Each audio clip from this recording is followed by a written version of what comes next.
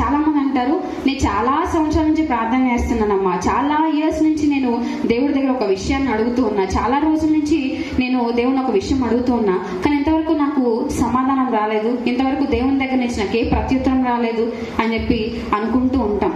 ఎందుకు?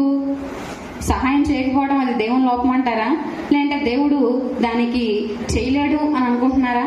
ఎవరిలో లోపం? అది మనలోనే లోపం. మనం సరి చేసుకుంటే ఆయన అంటున్నాడు, నేనే నీకు సహాయం చేస్తా, ఆపత్కాలంలో నేను నీకు తోడై ఉంటా, నువ్వు మొరపెట్టినప్పుడు నేను నీకు ఉత్తరం ఇస్తా, నువ్వు భయపడొద్దు, నువ్వు భయపడాల్సిన అవసరమేమీ లేదు, నీ చింత యావత్తు నా మీద వెయ్యి, నేను నీకు ప్రతీది ఇస్తా అని దేవుడు అంత చక్కగా చెప్తుంటే, దేవుడు నాకు సహాయం చేయట్లేదు, దేవుడు నాకు ప్రత్యుత్తరం ఇవ్వట్లేదు, దేవుడు నేను అడిగింది చేయట్లేదు, ఇల్లు అడిగాను ఇల్లు ఇవ్వలేదు, జాబ్ అడిగాను జాబ్ ఇవ్వలేదు, పాస్ అవ్వాలి అని కోరుకున్నాను పాస్ అవ్వలేదు, ఇవన్నీ కారణాలు వెతుక్కుంటూ ఉంటాం మనం.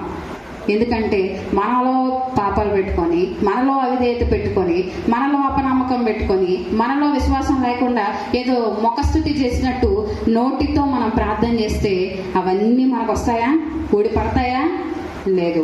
మన హృదయాలు మనం సరి చేసుకుంటే, మన బతుకులు మనం మార్చుకుంటే, దేవుని వైపు తిన్నగా మనం చూస్తే, అటువైపు ఇటువైపు మనుషుల వైపు, అమ్మలక్కల వైపు, బంధుమిత్రుల వైపు చూడడం మానేసి దేవుని వైపు మనం చూస్తే, అక్కడ ఏడ్చేది ఏదో దేవుని సన్నిధికి వచ్చి ఏడిస్తే, ఎవరి కాళ్ళలో పట్టుకునే బదులు దేవుని పాదాలు పట్టుకొని మనం ఏడిస్తే మనకేం కావాలో దేవుడు ఖచ్చితంగా ఇస్తాడు. మనం పొందుకోలేకపోవడానికి కారణం మన పాపాలే, మన దోషాలు, మన వల్లే ఇంకా దేవుడు మనకి సహాయం చేయకుండా ఆయన మనకు దూరంగా ఉంటున్నాడు.